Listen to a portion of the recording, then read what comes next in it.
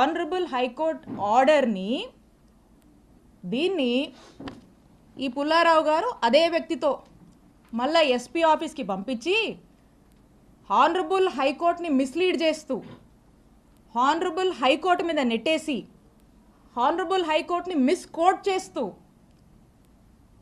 ఏమంటారు, honourable high court నా మీద ఆవిడ మీద కేసు కట్టండి అని చెప్పారని హానరబుల్ హైకోర్టు మీద నెట్టి ప్రజల్లోకి కోర్టే కేసు కట్టమని చెప్పిందని చెప్పి పంపించేటువంటి ఫ్రీలర్స్ ఇచ్చి ఒక ప్రయత్నం చేసి అంతలోపే ఇక్కడున్నటువంటి పోలీసులు నా మీద కేసు కట్టారు, ఎస్సీ ఎస్టీ అట్రాసిటీ పెట్టారు.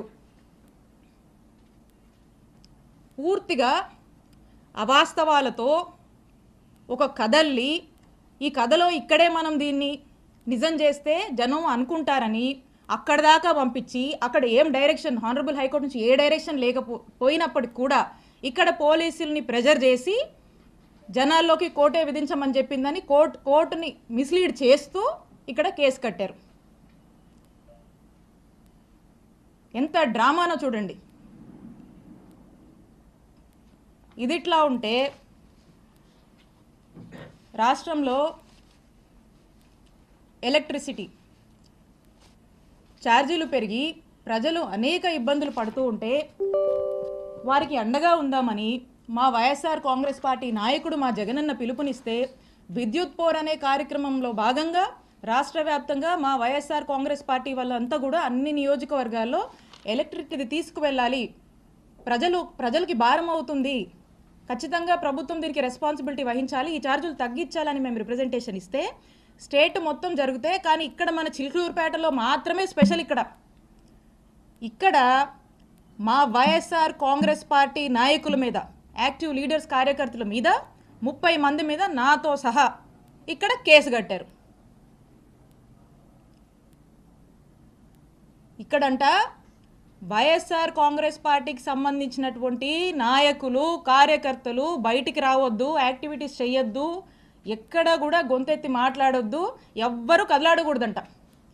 ప్రతి గ్రామం నుంచి ఈ రోజున పోలీస్ స్టేషన్లో కేసులు పెట్టడం, పోలీస్ స్టేషన్లోకి పిలిపించడము, హరాస్ చేయడము, తిట్టడము, కొట్టడము, కేసులు పెట్టడము, అరెస్టులు చేయడము, జైళ్ళకు తీసుకువెళ్ళడము,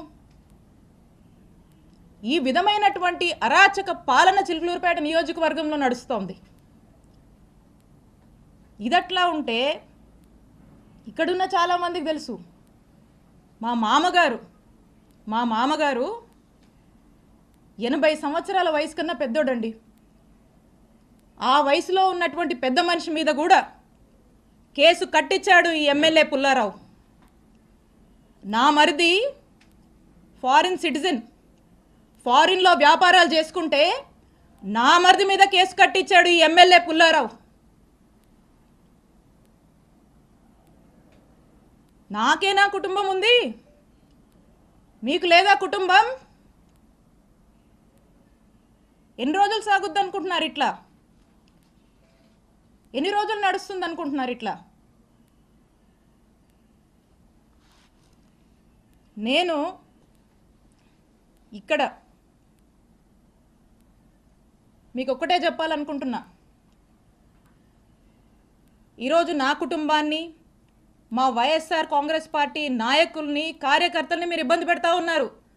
పుల్లారావు గారు, మీకంటూ ఓ రోజు వస్తుంది, గుర్తుపెట్టుకోండి.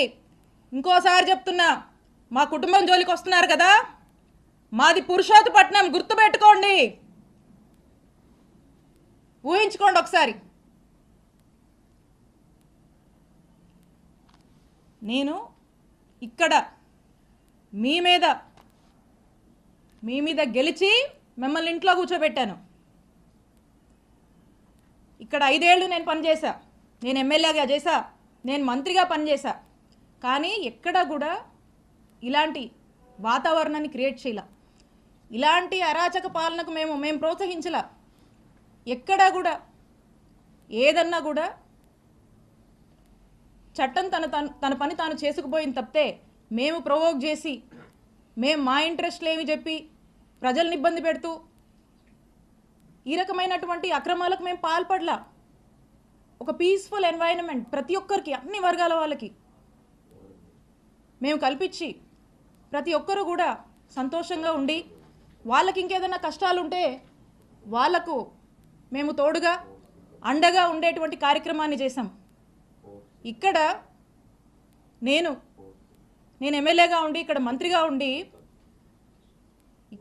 ఇక్కడున్నటువంటి ప్రజలకు కొన్ని వేల కోట్లతో గవర్నమెంట్ హాస్పిటల్ నిర్మాణం చేస్తే, ఈ రోజున మన చుట్టుపక్కల ఉన్నటువంటి నియర్ బై ఉన్నటువంటి జిల్లాల్లో వాళ్ళు కూడా, మనకి ఇటు ఉన్నటువంటి ఊర్లలో అందరూ కూడా చక్కగా వచ్చి ఈరోజు వేల సంఖ్యలో చక్కటి వైద్య సేవలు పొందుతున్నారు.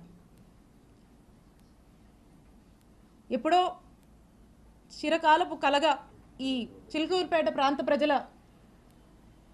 కలగా ఏదైతే బైపాస్ ఉందో, ఆ బైపాస్కి సంబంధించి ఏదైతే ల్యాండ్ ఎక్విజిషన్లో భాగంగా రైతులకు డబ్బులు రావాల్సి ఉందో, ఆ డబ్బులను ప్రభుత్వం ఏదైతే వాటా చెల్లించాల్సి ఉందో, ఆ వాటాని కూడా జగనన్న ప్రభుత్వం ఆ రైతులకు చెల్లించి, కోవిడ్ టైంలో అనేక ఇబ్బందుల వల్ల ఈ ప్రాజెక్టు కాస్త ఆగిపోయి వెనకబడి ఉంటే కూడా వాళ్ళందరినీ పిలిచి, ఆ కాంట్రాక్టర్ని పిలిచి వాళ్ళకు మోటివేషన్ ఇచ్చి, వాళ్ళకు ప్రభుత్వం వైపు నుంచి కావాల్సినటువంటి సపోర్టు పూర్తిగా ఇచ్చి, రాత్రింబగలు వాళ్ళు పనులు కంప్లీట్ చేసి, శరవేగంగా పనులు పూర్తి చేసి బైపాస్ని అందుబాటులోకి తీసుకురావడానికి ఎంత కృషి చేశాము. ఈరోజు చూస్తే ఎక్కడి నుంచో, చెన్నై నుంచి, కడప నుంచి వచ్చిపోయే వాళ్ళందరూ కూడా ఈరోజు ఎంత కమ్యూట్ బాగుందని చెప్పి హర్షించేటువంటి పరిస్థితి. ఈరోజు ప్రతి ఒక్కరు కూడా యాక్సిడెంట్లు తగ్గి సంతోషంగా ఉన్నటువంటి పరిస్థితి. అలాగే చిలకలూరుపేట పట్టణ ప్రాంతానికి సంబంధించి అమృత్ పథకం చివరి దశలో ఉంది. ఆ చివరి దశలో ఆ కొన్ని పనులు జరిగితే ఆ ప్రాజెక్ట్ కంప్లీట్ అయిపోతుంది. దాని మీద దృష్టి పెట్టండి. లేదు, మీ దృష్టి దీని మీద లేదు. మీ ప్రభుత్వం పుణ్యమా అని ఈరోజు చూస్తున్నారా, నియోజకవర్గంలో వ్యవసాయం చేసుకునేటువంటి రైతులు పత్తి, మిర్చికి సరైన గిట్టుబాటు ధర లేదని చెప్పి ఏడుస్తున్నారు.